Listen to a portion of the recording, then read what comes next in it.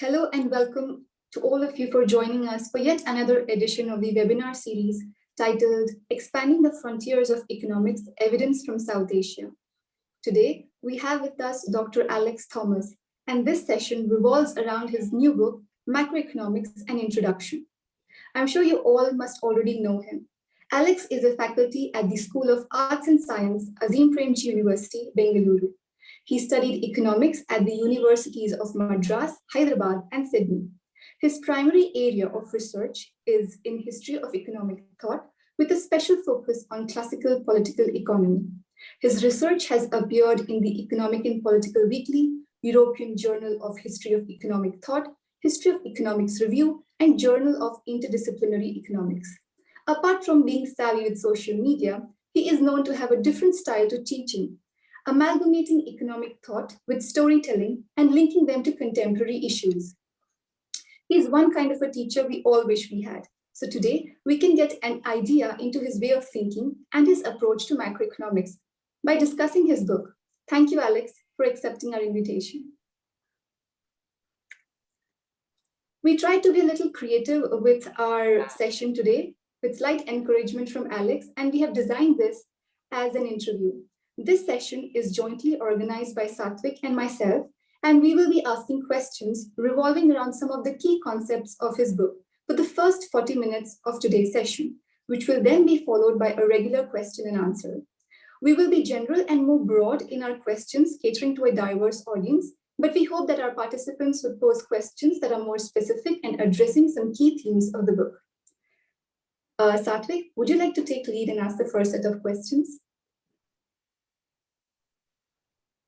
Yes, thank you.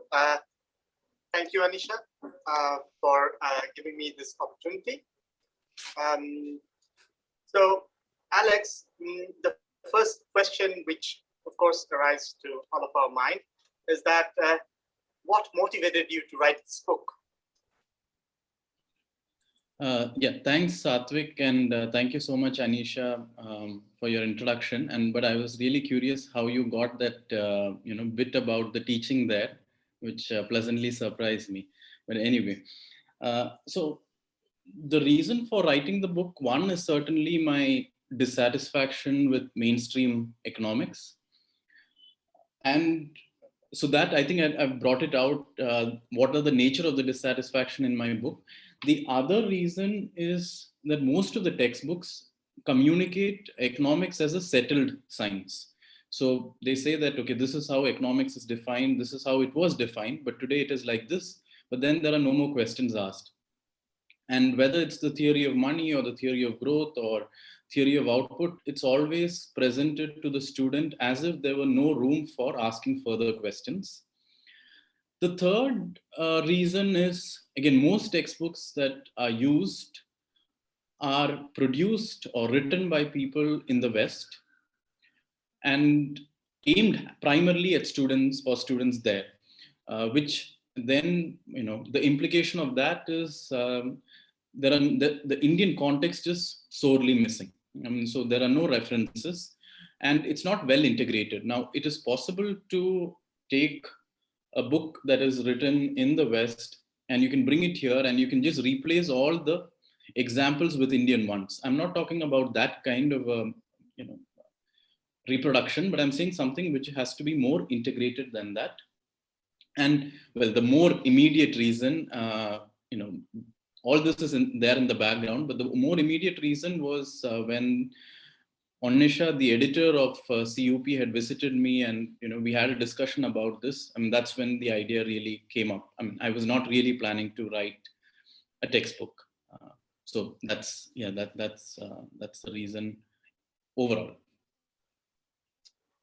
Thank you for your answer. A follow-up question can be asked. I was wondering.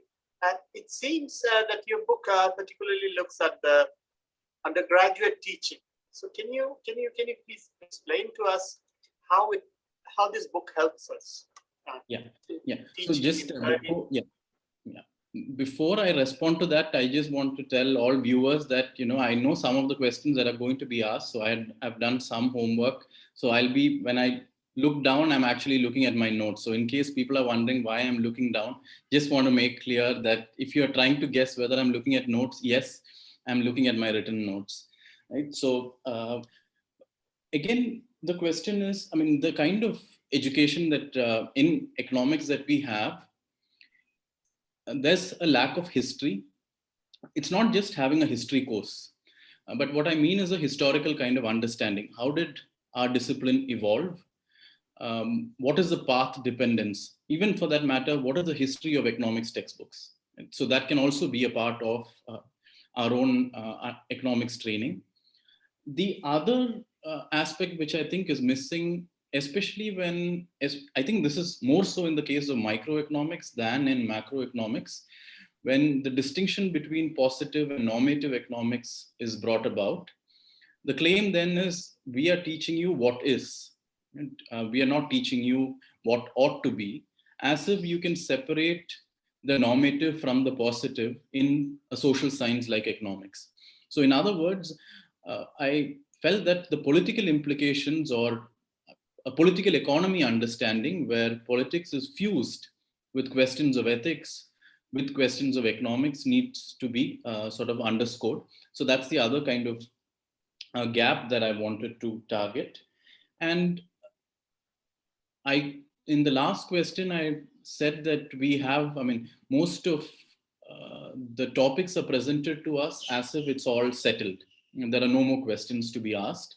And then we are given various kinds of problems to solve, whether it's in microeconomics or in macroeconomics.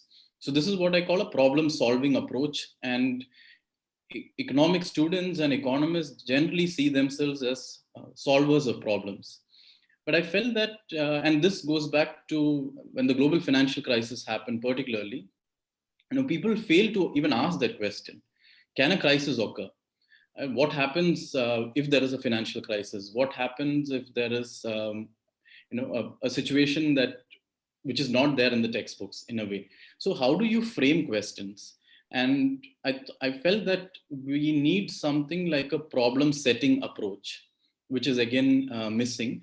So even it could be something, what I do sometimes in class is ask students to ask me a question. Right? So asking a good question is a very important skill, and I think that needs to be cultivated in some way. And that's why I speak a little bit about in my book as well about a problem setting approach. And the other kind of reason is mainly addressed to students who are maybe in universities and colleges who do not have access to a good library and who do not have access to multiple sources. So to those students, I wanted to provide a flavor of what is it to read, let's say, a small passage from Marx. How does it feel to read a small passage from Keynes? Or how does it feel to read a small passage from the work of fiction that is found in some of the texts that I've looked at? So that flavor for different texts is something that I wanted to convey.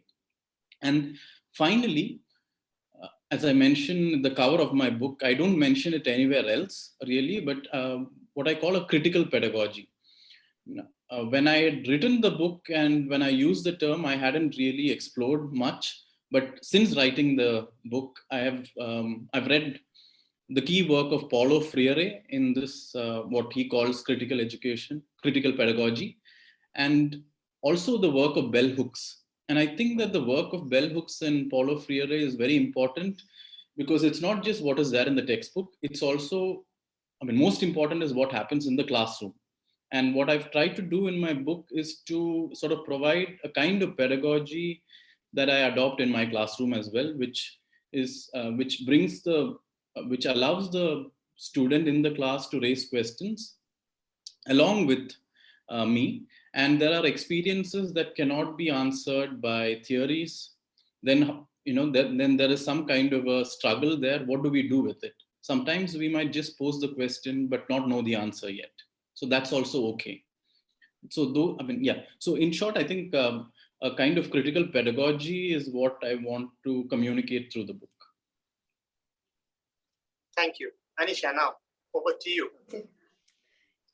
So because you've sort of given us a background to what motivated and the gaps that you wish to fill, the next thing that follows comes to the main theme of the book. Even in the cover page, we see like one set of people saying we are marginalists and the other set of people saying we are classical political economists. Now, a question arises now. You support the more non-conventional view as opposed to the one that we are taught in our curricula. Why do you choose this approach of classical political economy as opposed to what we are taught in the mainstream? Yeah. So, okay, I'm trying to think of a good way to answer this. Okay, so one is that I want my readers to be aware of the mainstream approach, although I don't endorse it, because most people argue in that those vocabularies, those concepts, those conceptual framework, those ideas. So it's important to know that, but it's also important to know the limitations of mainstream thinking. But I feel that my own research has been in the alternative tradition as well. It is important to pursue that because of various reasons, some of which are logical, for logical reasons, but some of which are contextual as well. I think that it provides a better explanation of what we can see around us. And here, maybe I should just contrast how we define economics. And I think this is central to it. And the definition need not be fixed, and we can also change the definition depending on where we come from or where you come from. But in general, I could think that the mainstream thinks of economics as a science of choice. Now, the advantage of this definition is also the disadvantage. And what I mean by that is it can be used to anything, literally everything. So you can use the science of choice to understand frog behavior, because they are also choosing something. You can use it to understand maybe, how plants behave, because they're also trying to optimize something. So it's possible that you can use this, the science of choice, to literally everything. And I feel that itself, some people might think that it's a good thing, but in a way, if you can explain everything by using the same kind of logic, then the question is it really explaining something, or is there, some kind of an issue? The definition that I have used and I have endorsed in my book comes from classical political economy tradition in the work of Adam Smith, David Ricardo, Karl Marx, which is mainly, it is a much more restricted definition. Your scope of study is much more restricted than the science of choice. So in that sense, the applicability of classical political economy or this alternative approach is also limited. So we are saying that, okay, we can say something definite about some aspects of the society, but we don't know, we can't say anything about frogs, or we can't say anything about trees, maybe. So I think one is that kind of a way in which people think and how it can be applied.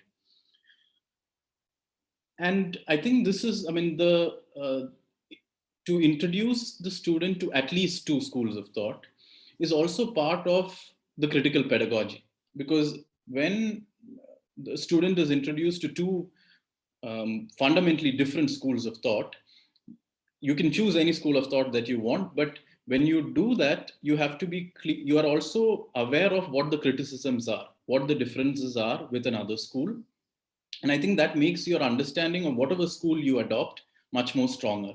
So that's the other reason. And in my book, I have provided what I think are logical critiques of mainstream economics, and also aspects where I feel it does not fit in well in the way we can understand our Indian economic surroundings as well. So that sort of brings us to the follow-up question of, and if I may quote, being a 90s kid, I'm a big Harry Potter fan.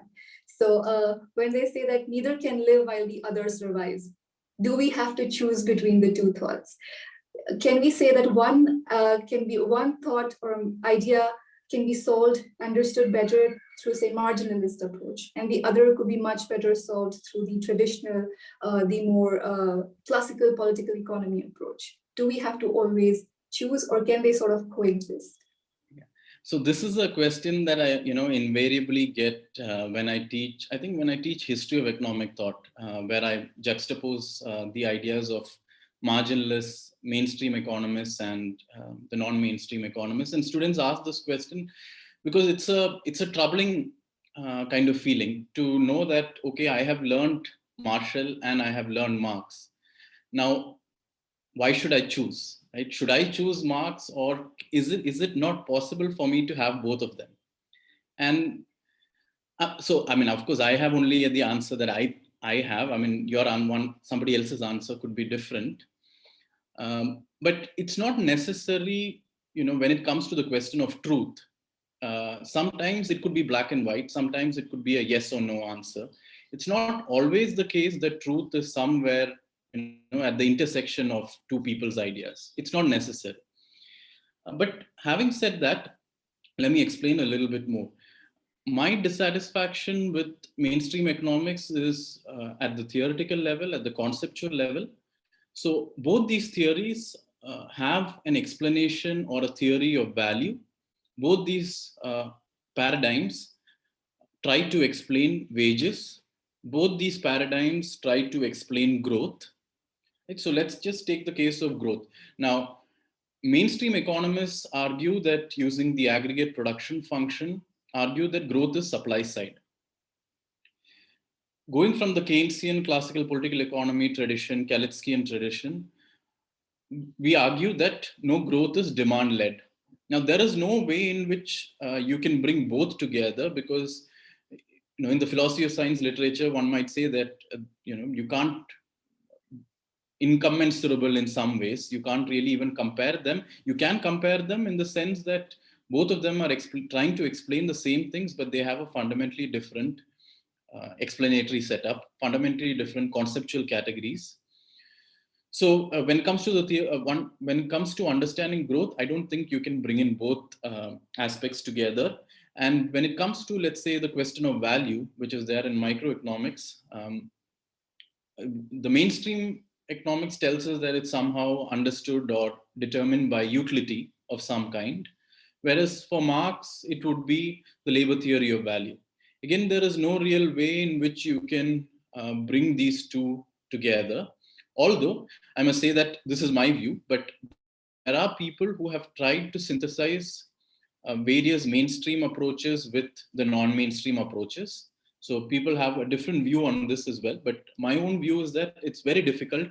And maybe this is my response in class sometimes.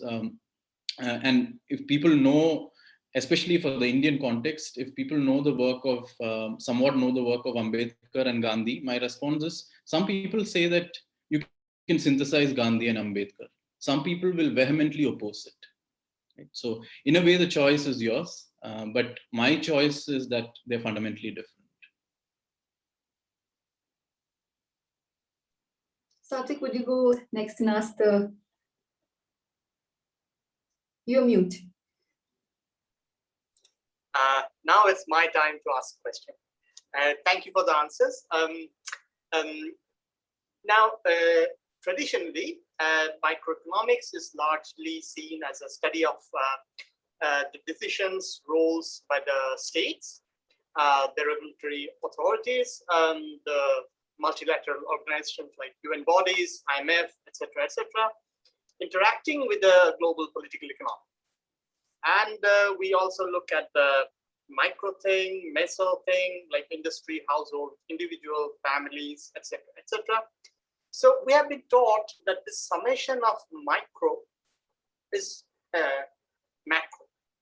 But your book sort of deviates from this idea.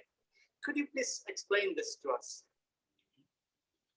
Yeah, thanks, Satvik, for that question. And well, again, it's because of the dominance of the mainstream marginalist approach that we think this way. And if somebody asks me the question, I mean, is macro a summation of micro? The answer is a big no. And the idea of methodological individualism is it's so central to marginalist economics, because it believes that the fundamental unit of analysis is an individual. And it also and the implication of that is what is good for an individual is also good for the economy as a whole. So if it is good for an individual to save, it should be for the economy as well. And it should also be good for the government as well. But it fails to see that there are institutional differences between various actors in the economy. And in a way, it is because of this kind of methodological individualism that characterizes marginalist economics. People sometimes characterize it as asocial or ahistorical because it is unable to understand the social embeddedness or the historical embeddedness of some of these categories.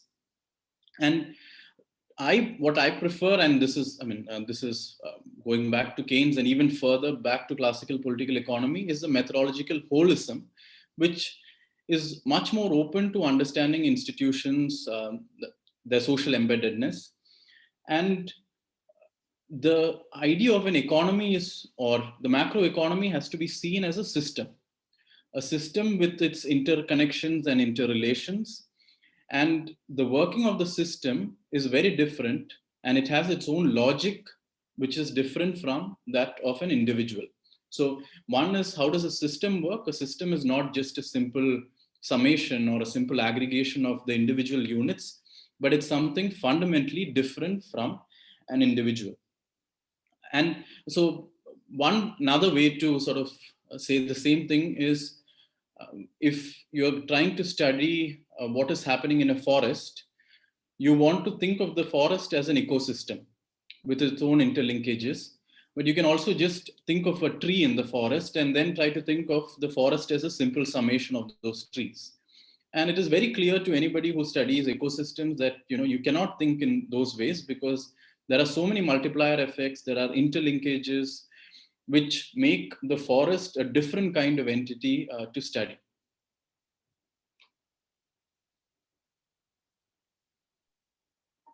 All right, thank you, Alex. So from there, we see that, okay, the one thing that has broken the chain is like macro is not the summation of micro. At the same time, we talk about the four wrongs that macroeconomists make. One is like the right approach to supply of money is endogenous supply as opposed to exogenous supply of money. The rate of interest, planned savings and planned investments, determination of wages. Would you like to shed some light on the four wrongs that you mentioned? So I won't go through all the four, I think, but I'll go through two. And most textbooks, again, this has changed somewhat because there have been some changes to some textbooks, but most textbooks still continue to think of, when they introduce money, they think of money supply as something that is just given from outside the system. The money supply is given, and then the demand for money has to somehow adjust to that given constant supply of money. This is the exogenous view. And it is the intersection of this given supply of money and the demand for money which sets the interest rate. So this is the traditional idea that we are trying to target the quantity of money, which is the exogenous money version. Here, it is as if the banks have no role to play. Banks are very passive, they're just there. Whereas the endogenous money approach says that what policymakers is doing actually is setting the rate of interest, and money is endogenously created by the banking system. So when there is a demand for a loan or credit demand, it leads to money creation in the economy. In other words, it is the demand for money which endogenously creates the quantity of money in the system. So again, these two are fundamentally different ways of understanding how money works, and there's no way in which we can synthesize them or bring them together. So that's about, and in this endogenous money framework, banks are seen as active players in the market, and they're trying to maximize their profit. So there is a much more active role for how banks function. The second point I'll just talk about is wages. For somebody who has been introduced to the labor market in microeconomics, and in macro, it is just some kind of a simple summation of that. Wages are in equilibrium, determined within the labor market through your supply and demand curves. And equilibrium is determined by the marginal product of labor. So wages, in a way, in the mainstream approach, is determined completely within economic theory and more specifically within the labor market. Whereas in classical political economy, they argue that wages, equilibrium wages in some way, or real wages cannot be determined and is not determined by just the forces of demand and supply and are not in the labor market, but it has to be understood in a historical sense. It has to be understood culturally. It has to be understood socially. In other words, customs are important, policies are important, politics is important. So what is the implication of this? Now, suppose somebody believes that wages is determined this way, in the way of classical political economy, then automatically minimum wages is seen as a favorable thing, or unionization is seen as a favorable thing. But if you think that wages are determined endogenously within the labor market, as in mainstream marginalist economics, then many of you would have studied that if any kind of minimum wage or any kind of intervention into the market is a bad thing, and it has to be resisted. Right? So again, depending on the kind of theory that you adopt, the political implications are also very different. Now, from the mainstream, it is possible to bring in rigidities and other kind of imperfections and still argue for some kind of government intervention. But fundamentally, the way it is constructed, it rejects any positive role for any kind of coming together of any kind of collective politics, any kind of minimum wage policy as well. While we sort of gave a glimpse on the major themes that were covered in the book, we would also like to focus on some of the originalities that you have put out in the book. Satvik, would you like to highlight go first and ask the first originality that we found were very interesting? You gave it to me, okay. Okay, thank you. Alex, it seems your book is full of illustration, and they are artistically nice, and they're very thought-provoking. Can you please share with the audience what are their roles in your book? Yeah, thanks, Satvik, and to the listeners, I must say that there's sometimes something called an audience question. This is an author question. A question which was not there initially, but I was very particular that I am asked this question. So in a way, it's a question that I have posed to myself. And the reason, in a way, and this, personally, I prefer reading more than, let's say, listening to YouTube or more than visual kind of learning. And I have found it very difficult to read graphic novels of certain kinds. I can only read very simple ones. But from my experience of teaching, I've realized that students respond to various kinds of texts. And here I'm using text in a more liberal sense of the term. And learners are of different kinds. Some could be text-based, some could be experience-based, some could be more abstraction-based, some could be maths-based, and some could be more visual-based. And so in a way, I wanted readers to have a visual experience. So if there are people who are much more tuned with that kind of a reading or a learning, I wanted to provide them with that. And Sahana has done an excellent job, I think, of providing us with that kind of experience. And I also thought of it in this way that when we go back and watch a movie maybe for the third time, then suddenly we are like, oh, I missed this point. And this happens when we read that, oh, I didn't think of this point before, but it happens also when we are looking at a visual illustration. And this happens to me as well, because it's interesting that when I go back and look at some of these illustrations that Sahana has done, I'm like, oh, I didn't notice this before. Right? And so there is a story in the way Sahana has made the illustrations which make it amenable to reading multiple times. And finally, I thought that the way Sahana has done the illustrations, it's also that they work as metaphors. So it's like it's not literally saying what I have said in the text. She has her own way of representing it, and in that way it provides to the reader a different way of looking at the problem. So the one originality is clearly the illustrations, which we both, Satvik and I, found very fascinating, and we sort of did discuss it over our call in deciding these questions. Also, there's another part which is very interesting, is using these excerpts from stories, using these dialogues of characters from various books, novels, not the textbook kind of way of approaching things. Usually we will just have the theory and then the explanation. And why do you think these excerpts would sort of bring the audience or your reader more fascinated or more easy to understand the theories and concepts of macroeconomics? Yeah, so I mean, about 5 years ago, I was trying to think of something. I mean, trying to develop a course on something along these lines. That felt that we have courses on mathematics for economists, and I thought, why shouldn't there be a course on literature for economists, or something like that? And the reason for it is because mathematics for economists trains us to think in a particular way, which is useful. But I think literature trains us to think in a particular way, which is also very useful.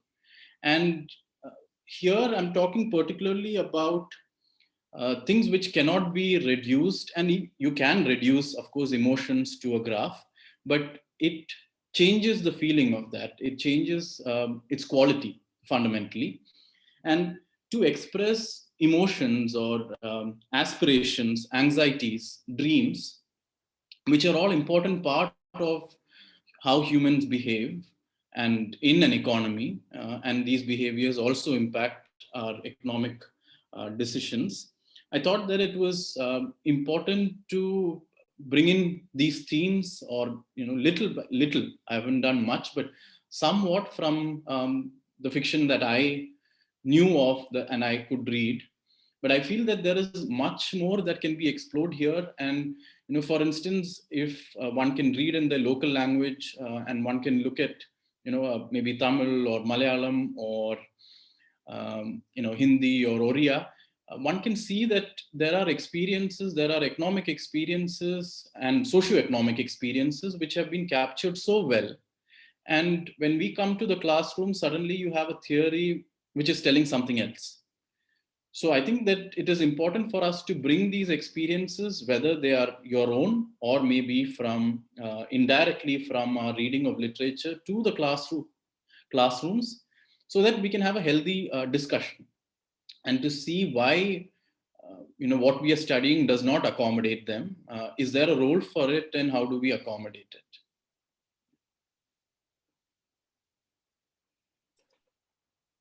Now we move from a little bit technical part, because we have seen that your book is really thoroughly indexed. So at the end, the index is really thorough. And I can only imagine how much work it was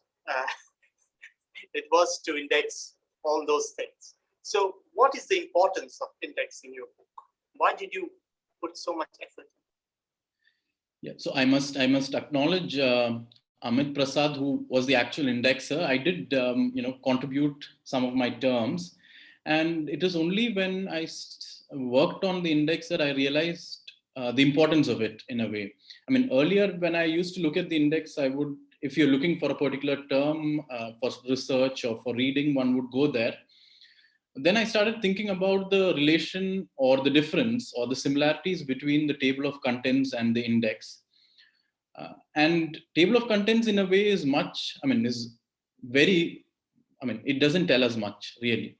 But I felt that, many books that I've looked at, it is the index that really captures what the author is in a way trying to say, because it provides some kind of interrelations.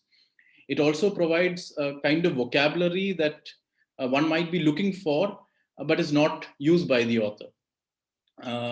And the cross references that are there in an index also, I think that it gives some idea of what the author is trying to say.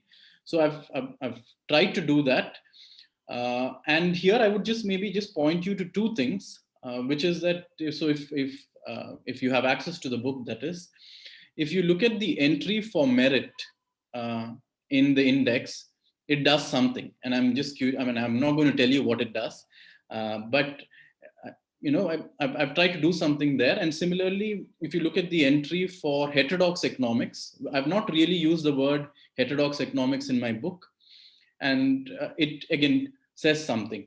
And in fact, it is only in the index that you will see something called fiction for economists. Earlier I had a plan of putting it as a single page, but then it didn't work well. And it is something related to literature for economists, but I finally decided to go with fiction for economists. So you'll see in one place how I would like to, combine some of the ideas that are there in the book.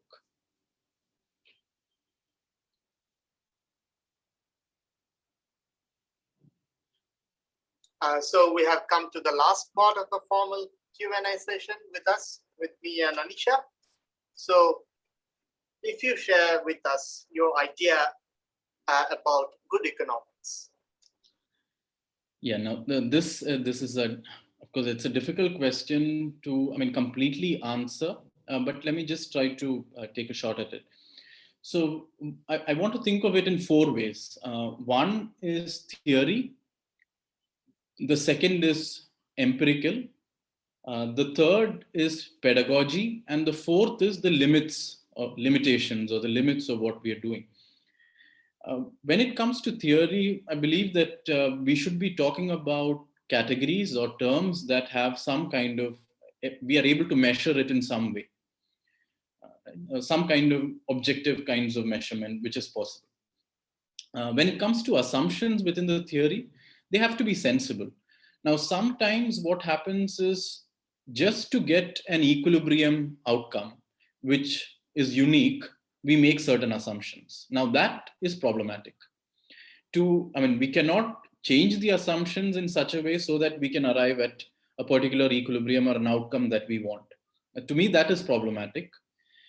The theory should also be logically consistent based on whatever it's doing. When it comes to the question of empirics, I think empirics in a way should be driven by some kind of a conceptual understanding or a theoretical framework. And thirdly, when it comes to pedagogy, whatever economics that we do, it should be amenable to questioning. It should be amenable to what I call a critical pedagogy. In other words, it should be able to bring in, or it should be able to engage and respond to considerations which arise from ethics, from history, from sociology, from anthropology, from philosophy. There we cannot say that this is what, we can say that we don't know. That's absolutely fine. Right? But I think that it would be unwise to say that this is the method that we adopt, and therefore these kinds of considerations are not important. In some way, we should be able to demarcate what can be legitimately studied within the limits of economic theory, rather than expanding economic theory to mean signs of choice and studying everything that is possible there. And people have called this a kind of imperialism of economics in the past. The way in which people have used rational choice theory to study marriages, to study things which are way outside the realm of what we have spent a lot of time studying. And to me, those would be considered issues of unemployment, of inequality, of poverty, of inflation. These are what I consider core. And have we been able to come to a satisfactory understanding of them in the first place? Right? And there, I would also say that because economists are so involved in policy making, how does, for instance, when we are setting a policy on agriculture, or we are setting monetary policy, why is it that only economists are there primarily? Why is it that we do not have other social scientists on the same panel? Right? So I think because economists are in important roles of policy making, it is even more important that we have a critical pedagogy in place, which points out philosophical issues, historical issues, anthropological issues. And in a way, we are able to internally critique and understand the limitations of our own approach. So approach to economics. So this applies not just for mainstream economics, it applies for any kind of economics that we do. Thank you, Thomas. Thanks a lot. Alicia, now we are open to Q&A for the audience. Please, Rohit Chaudhary, please. Hi, everybody. Hi. Hello. Okay, so first of all, I have not actually read the book, but I just got the link and it was posted by Nisha, and then I followed and I'm attending this talk, which obviously was very interesting. So I just Googled meanwhile when you were talking on Amazon the book about the book.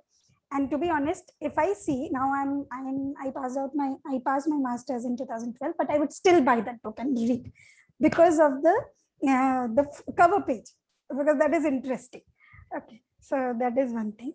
Second thing is I have been working as a consultant on government projects, trying to integrate socio-economic understanding and giving the projects the socio-economic touch and in the entire conceptual framework. But when I see it from the consultant point of view, it is being butchered. So my question is a little bit generic, not obviously related to the book because I've not read it. It is, how do you see or integrate the approach of economics and socioeconomics, if I say so, from a management point of view and from an absolute social science, hardcore social science point of view? Okay. Yeah, can I respond to it maybe? Okay, so I've not really thought of it in this way. Maybe what I'll do is, what I can say is, and this is the approach that I've taken in my book as well. I mean, I've dwelt mainly with theoretical aspects, and there is some contextual elements, but it's very difficult, I feel, for, let's say I'm sitting in Bangalore and trying to help somebody who's in Trivandrum or in Cochin, where they have a local, maybe ecological problem, because I don't understand the local context. And my understanding of the context here is very different from theirs. So even between cities, I feel that what theory can do is provide a guide, okay, a general guide, a guiding principle. Then we need to collect relevant quantitative information, again, depending on the kind of questions that are thrown up by the theory. And then we also need to be engaging in some kind of a conversation with the people who are going to be implemented or going to be affected or going to be impacted by whatever policy we are adopting. So in that sense, the policy making has to be decentralized. And I feel that it's only at that very local level that something can be specifically said. So I'm not for a kind of universal application of any of the theories that I've presented. And in fact, I explicitly mentioned this many times that whatever theory that we adopt, its application should be, one should be very cautious of that, how we apply it and where it's being applied, because this has led to a lot of issues in the past where we have had models of development which have been coming from the West. We try to impose it here without listening to what the people want. So it cannot be a bottoms, top kind of top-down approach. Yeah, so I don't have anything more than that to say, except that this is how I think about the entire issue. Just relating one more point, if I can ask one more question. Okay, so the policy that you're talking about, the policy making, why a role of an economist is very important, and they can obviously integrate the other parts of social sciences. So do you think the critical pedagogy that you're talking about, has it been taken into consideration in the new education policy that is going to roll out? Oh, okay. So I don't know the answer to that question, because the new education policy itself is such a big document. Yeah.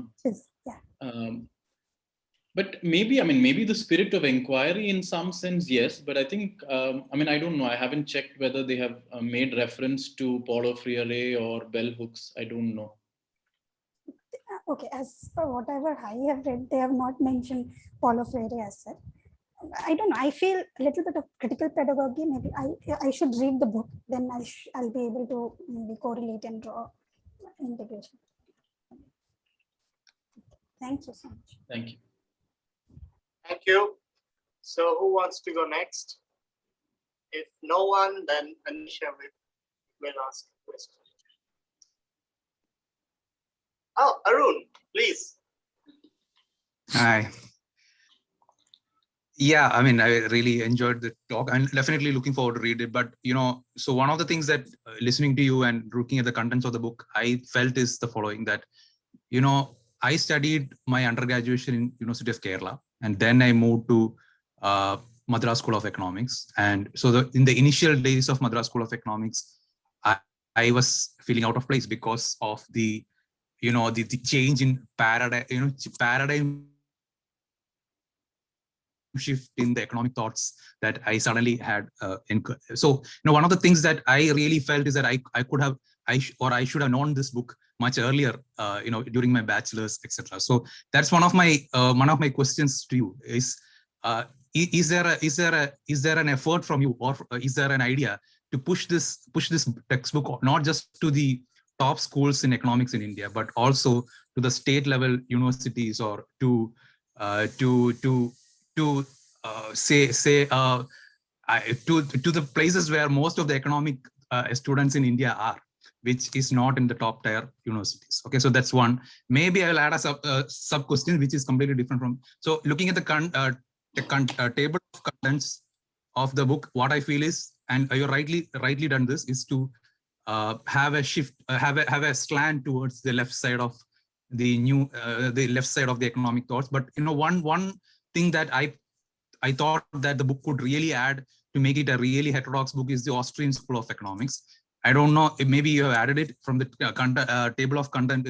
I don't see, I couldn't find it, but these are two questions that I would really love to know the answer from you. Yeah, thank you.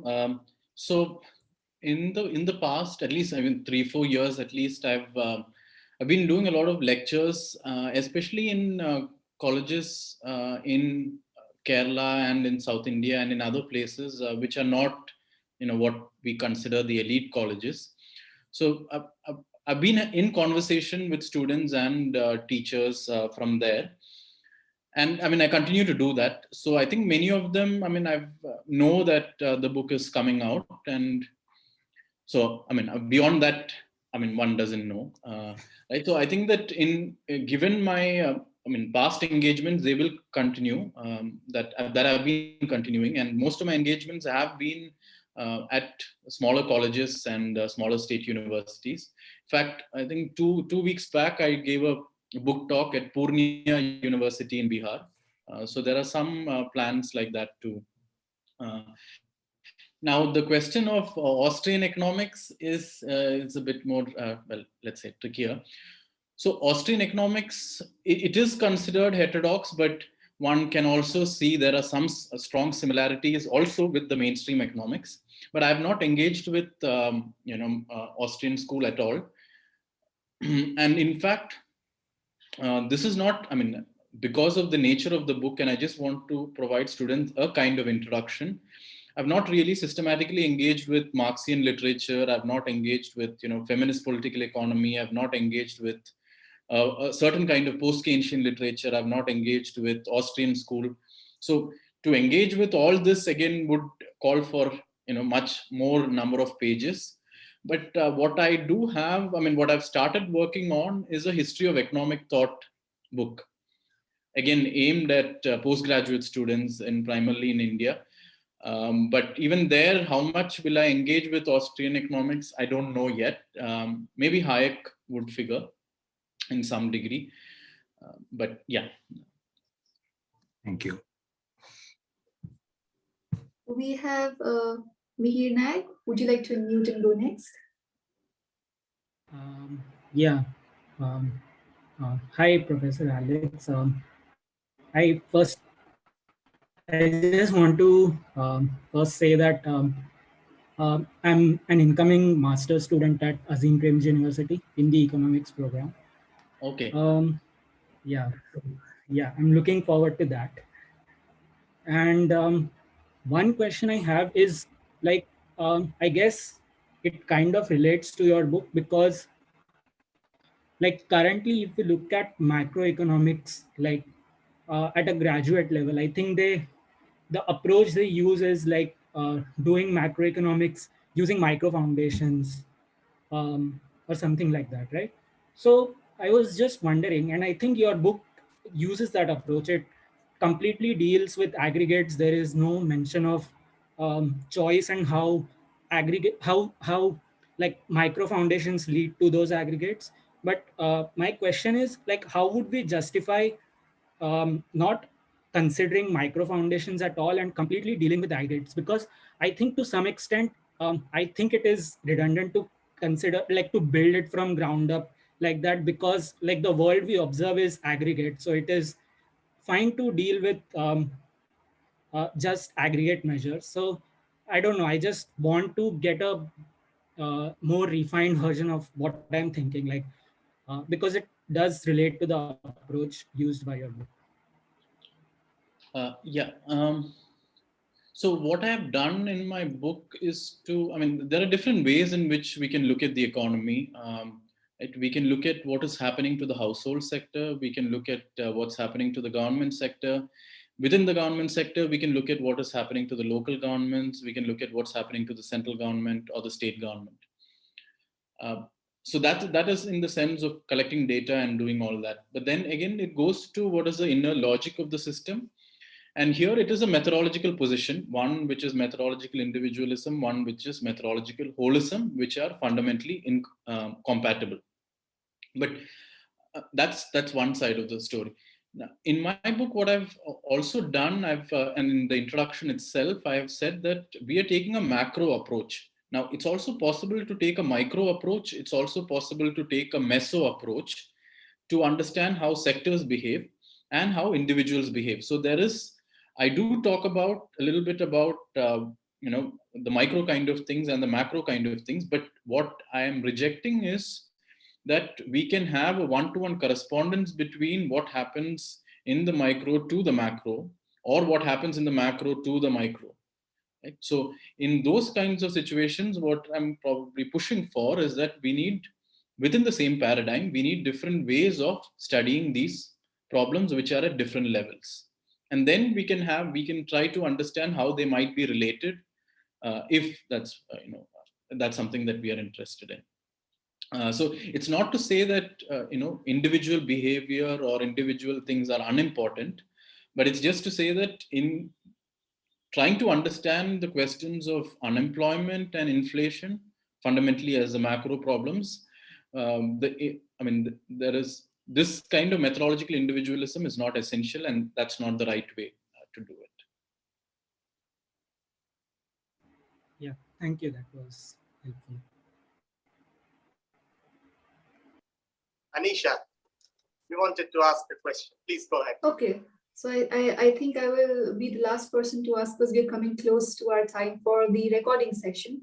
I might just remind our audience that we have a 10 minutes offline session where you can feel free to sort of pose the questions if you haven't had the time now. So the last question maybe for this session would be, is the economics that we learned today too big to fail? Are we scared, or the big economists scared to sort of admit that, yes, our theories are failing, we need a different approach, and at the same time, we are not able to place a new theory in its position. We know that the mainstream is failing. At the same time, there are very few people who are willing to admit it and trying to place something else in its position. How do you think that's going to play forward? Okay. See this. I think it's very difficult to. Okay. So I think one has to talk a little bit about the nature of academia itself. Right. So what happens in academia is that you go through undergraduation, which is an inferior version of post-graduation, which is an inferior version of PhD. You do that, and then you finally enter the job market, and then you do the same thing. Or, I mean, you start reproducing the same thing. And then the idea of knowledge is also seen to be deposited in these journal articles or books and things that you publish. Now, what does it mean to say that mainstream economics is failing? If you look at the number of maybe research output that comes out, the people who are, I mean, the number of PhDs that are being produced, the numbers don't really say that anything is wrong at all. Right? So the question of failure also maybe needs to be understood a bit differently. And there are critics of the field within the mainstream. There are critics of the field outside in the heterodox camps, and people who are in heterodox schools have been working in heterodox for, for a long time. And these schools of thought have actually continued to operate. In the 1960s, there was more conversation between the various schools, but at that time, we did not have such intense specialization. So for instance, Samuelson would engage with history of economic thought, Samuelson would engage with Sraffa. So some kind of engagements like that were possible. I think we've reached, the super specialization that has happened now in journals, in associations, etc., has meant that kind of a communication becomes much more difficult.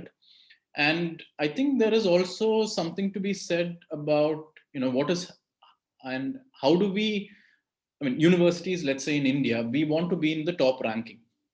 Now, who decides these rankings? What is the criteria? The criteria is often that you have to publish in a top ranked journal. But the top ranked journals can only be mainstream economics of a particular kind. So automatically, many people are outside the ranking. And unless you have this, your jobs are at stake.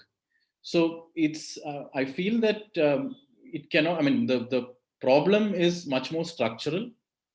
Right? So why do we need such rankings in the first place? If you think that education has to be much more local, much more contextual, how can we standardize education? How can we, bundle it into a commodity and then try and rank it like we do in the stock market or something? Right? So I think that we need to, it's not just reducing the question to what mainstream economists do, but I think we have to situate it within the larger kind of domain of knowledge production and what we want education really to be. And also, I would add that, there should be the stakeholders, which are the students, should also have some more role to play in all this. Or the teachers who often teach a particular syllabus, they're not the ones who have had anything to do with the syllabus. It is said by someone else. Right? So the question of autonomy in the context is also important. So although I have not answered your question directly, I've gone all around it. But I'll just make maybe one more point. People who are using the marginalist approach, it is possible to bring in imperfections into the system, rigidities into the system, and argue for government intervention.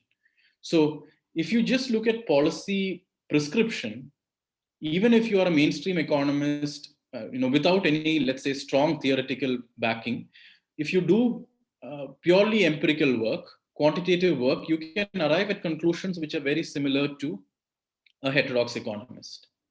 Right? So we cannot reduce everything.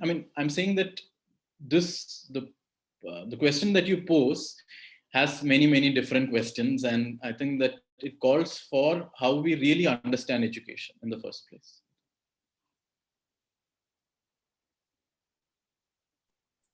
That brings us to the end of our session. One point to note is that while economics has been quite a recent subject, but it has old traditions and theories, we still in the 21st century find it difficult to assign value to the work of women. We have problems assigning value to the natural resources. We have problems in assigning the importance of happiness of the population, the health of the population. So it's time that mainstream takes up these issues as well. Over to you, Satvik. So I have the easiest job now. I want to thank Alex for his time. We're grateful. We're also thankful for the book he has written, not only for us, for the next, a decade or two, it will be cherished by many students who wanted to know beyond what is there already. And we want to thank all the audience for all the questions. And please stay with us for next 10 minutes if you have some questions that you didn't ask online.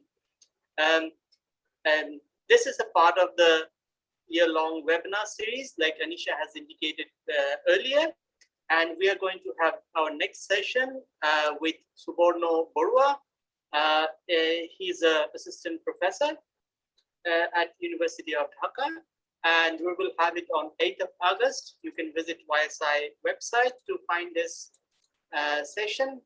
If you have time and interest, please join us. We'll keep asking questions to economics as a profession and body of knowledge. Thank you. Thank you all.